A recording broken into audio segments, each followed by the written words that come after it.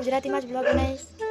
ગમે તો લાઈક કરજો, શેર કરજો, સબસ્ક્રાઈબ કરજો, કોમેન્ટ કરીને કહેજો કે કેવો લાગ્યો મારો બ્લોગ. ગાઈસ તો પહેલાં આપણે ઓગણું વાળી દઈએ. હવે હું ઓગણું વાળવાનું ચાલુ કરું છું અને પછી મળીએ.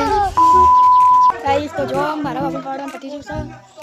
શાબાશ બેટા. અમે હતા કચરો વાળ્યો છે એનો ધુમાડો ઉડી ઉડીને અમે મોઢા પર આવે છે.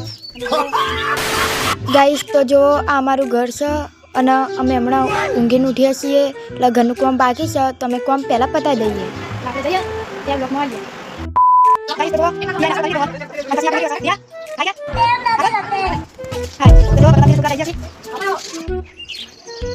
તો ગાઈસ હવે હું શાકભાજી લેવા જાઉં છું અને આ નાના નાના ટાબરે મસ્તી કરીશું અને હું તો આવીશું શાકભાજી લેવા.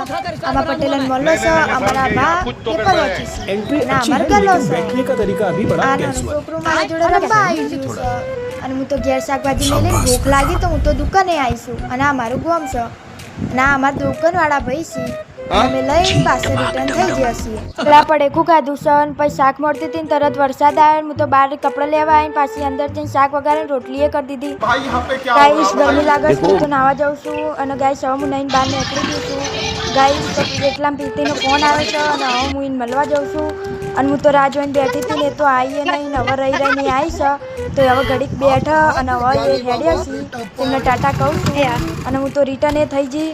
ઘેર આવીને જોયું મારા ભાઈ પતરા ઉપર મસ્તી કરી ઘડીક મેં એમાં તમને કેવો લાગ્યો છે? સારો લાગ્યો હોય તો કોમેન્ટ કરજો અને હા લાઈક શેર અને સબસ્ક્રાઈબ કરજો.